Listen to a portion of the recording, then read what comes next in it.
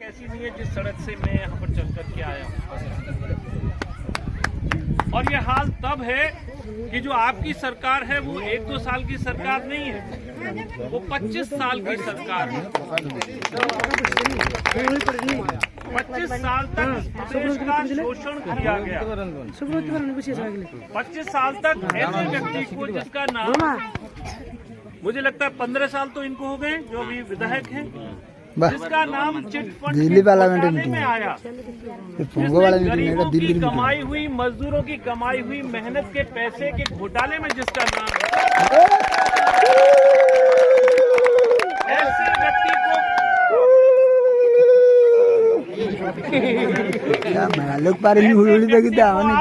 15 सालों से आशीर्वाद देते आ रहे हैं और उसने इस बात की भी चिंता नहीं की कि ये गांव के लोग वहां से कैसे यहाँ पर आते होंगे। अगर कोई व्यक्ति बीमार होता होगा, उसको इमरजेंसी में अस्पताल जाना होगा तो वो तो रास्ते में दम तोड़ देगा। अगर किसी बहन बेटी की डिलीवरी होनी है तो वो तो यहाँ से अस्पताल तक नहीं पहुंच सकती अगर कोई इमरजेंसी की स्थिति है। क्या किसी ने कभी आपके बारे में सोचा? आपने हर 5 साल के बाद उनको अपनी वोट, अपनी ताकत उनके हाथों में सौंप दी। ये वोट आपकी ताकत होती है। आज उत्तर प्रदेश में हमने पिछले 7 वर्षों में जो परिवर्तन देखे हैं, आपको पता है, जब मैं 2017 में पहली बार चुनाव लड़ रहा था तो मेरे अपने क्षेत्र में सब लोग बोले कि एक हमें बेटियों के लिए अलग से स्कूल चाहिए।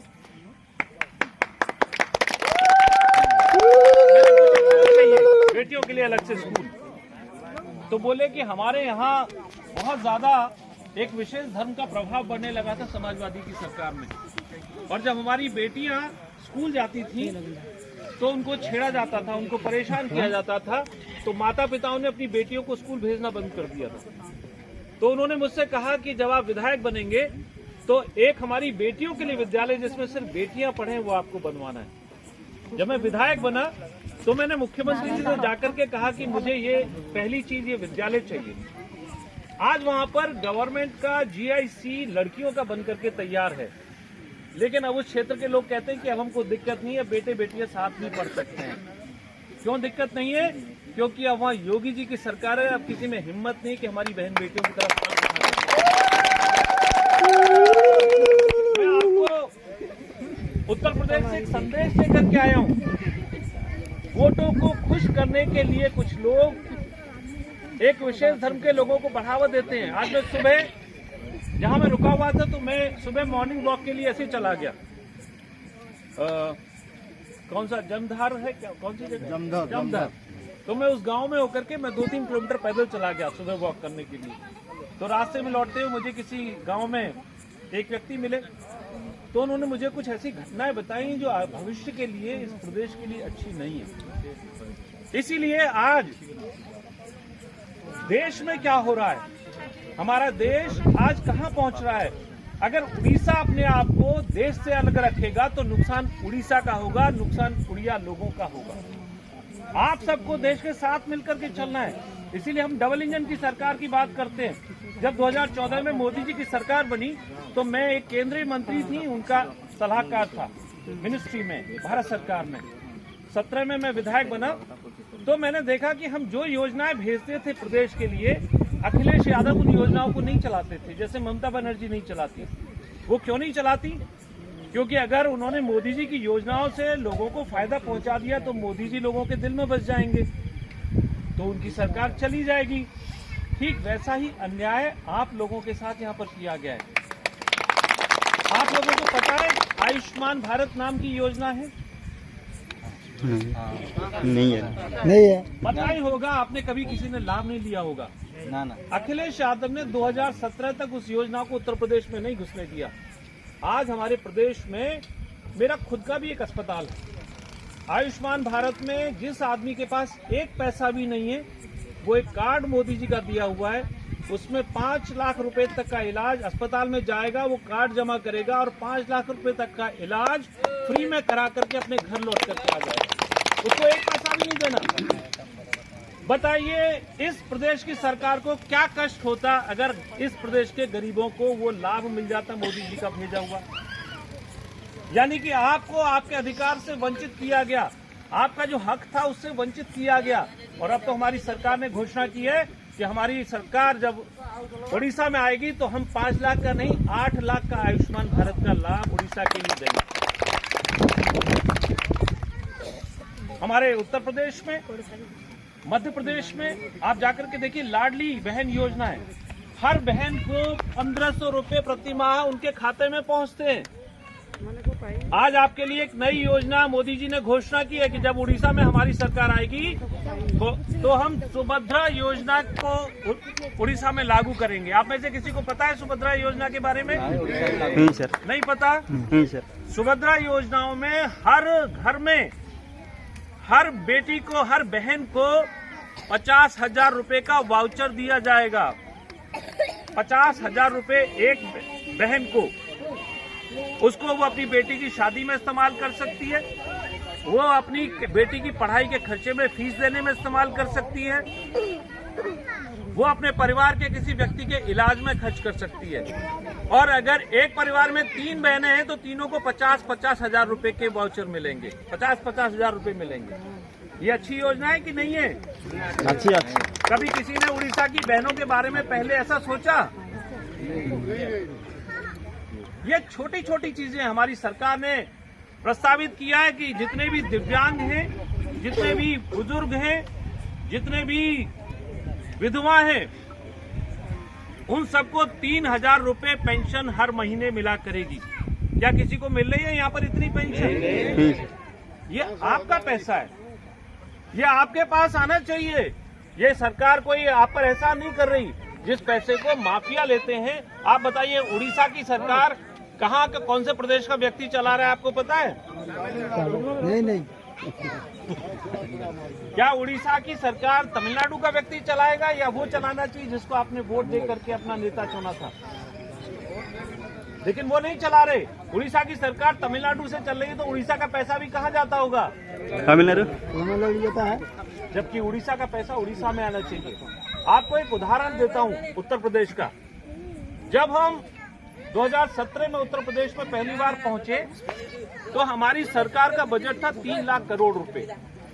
योगी जी जब पहली बार मुख्यमंत्री बने, और जो पिछला बजट है हमारा वो 7.5 लाख करोड़ का है, दुगने से भी ज्यादा। ये पैसा कहां से आया? मैं आपको जो समझाना चाहता हूं उसको ध्यान से समझिए। ये योगी जी ने कोई नोट छापने की मशीन नहीं बनाई। जनता का पैसा जो सरकार के खजाने में आना चाहिए था वो योगी जी ने माफियाओं के मुंह में हाथ डाल करके, उनके पेट में से हाथ डाल करके निकाला है।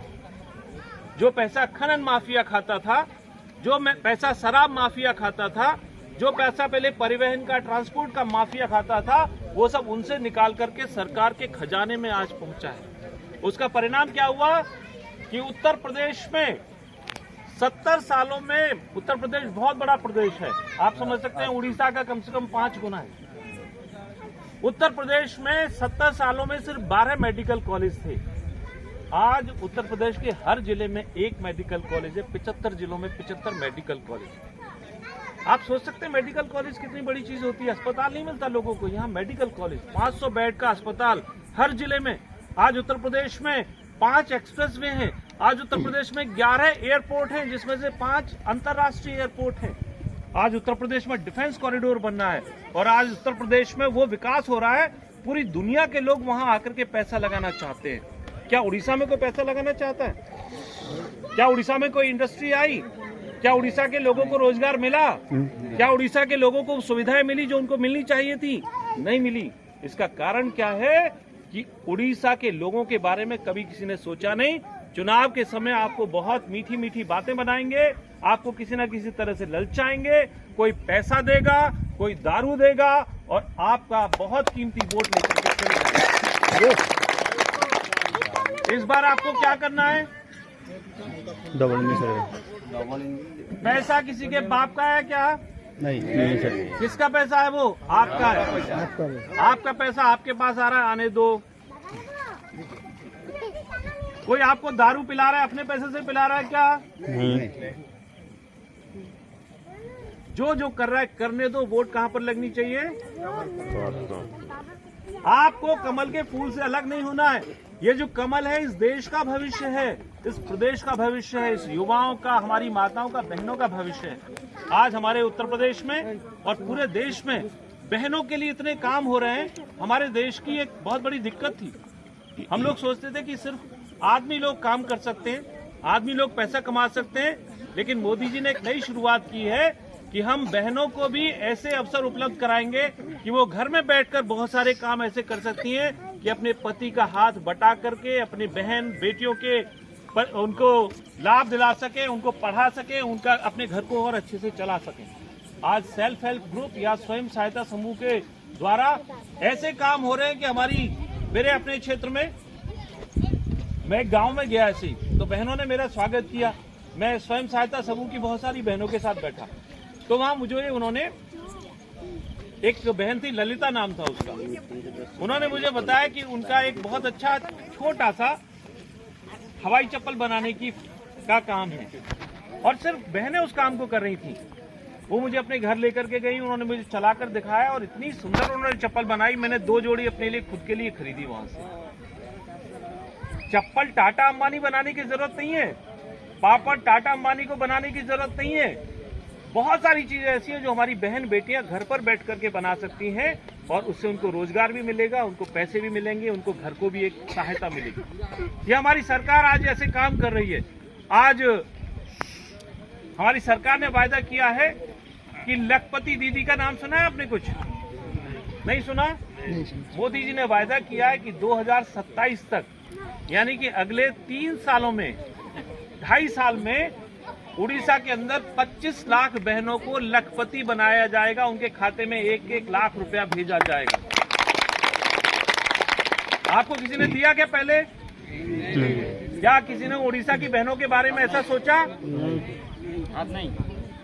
ये सरकार आपके गरीबों के, गांव के, मजदूर के, किसान के बारे में सोच रही है। हमारे यहाँ उत्तर प्रदेश में एक योजना है, श्रमिक कल्याण योजना।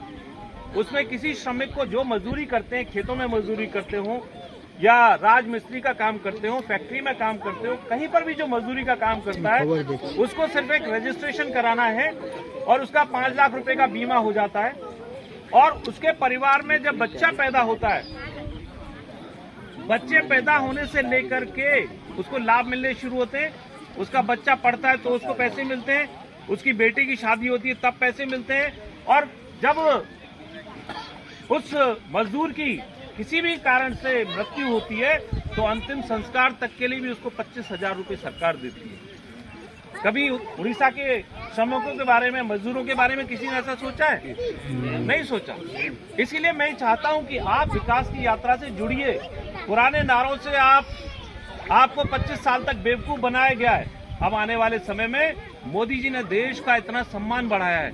मैं आपको बताता हूं, मैं कई देशों में घूमने गया हूं और मैं हर साल 4-5 देशों में घूमने जाता हूं।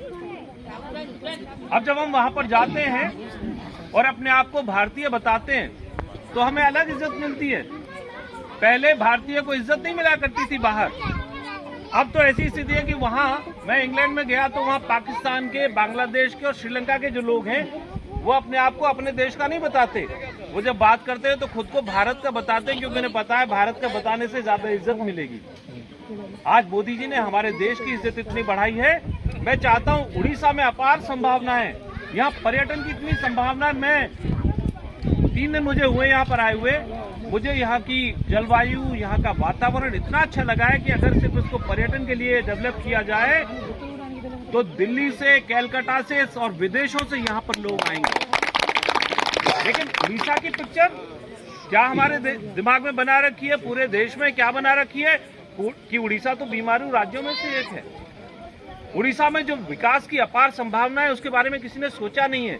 आज मोदी जी का जो विजन है उससे आप सब लोग जुड़िए और उड़ीसा को भी उत्तर प्रदेश की तरह एक उत्तम प्रदेश बनाने का काम करिए। मुझे लगता है कि आने वाले समय में हमारे युवाओं का, जो बड़े लोगों ने गलती कर दी उसका खामियाजा हमारे बच्चों को, हमारे युवाओं को नहीं मिलना चाहिए। जब वो बड़े हों तो उनको एक ऐसा उड़ीसा मिलना चाहिए जहां उनके लिए रोजगार के अवसर हों, उनको पढ़ाई की सुविधाएं हों, उनको स्वास्थ्य की सुविधाएं हों, उनकी बीमारी का इलाज हो सके और वो सम्मान के और गर्व के साथ कह सकें कि हम उड़ीसा के रहने वाले हैं, हम भगवान जगन्नाथ की भूमि के रहने वाले हैं। मैं इन्हीं शब्दों के साथ ये उम्मीद करता हूं, क्योंकि बहुत रात हो गई, आपको भी और भी हमें भी 2-3 मीटिंग चित्रंजन भाई ने रखी हुई है। मैं आप सबको बहुत बहुत धन्यवाद देता हूं, यहाँ पर आपने जो सम्मान दिया,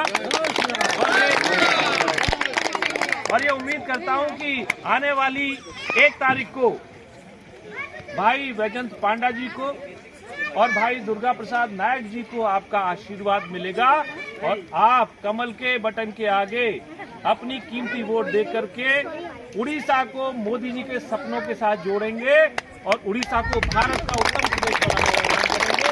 इन्हीं शब्दों के साथ आप सबको बहुत बहुत धन्यवाद। जय हिंद, जय भारत, जय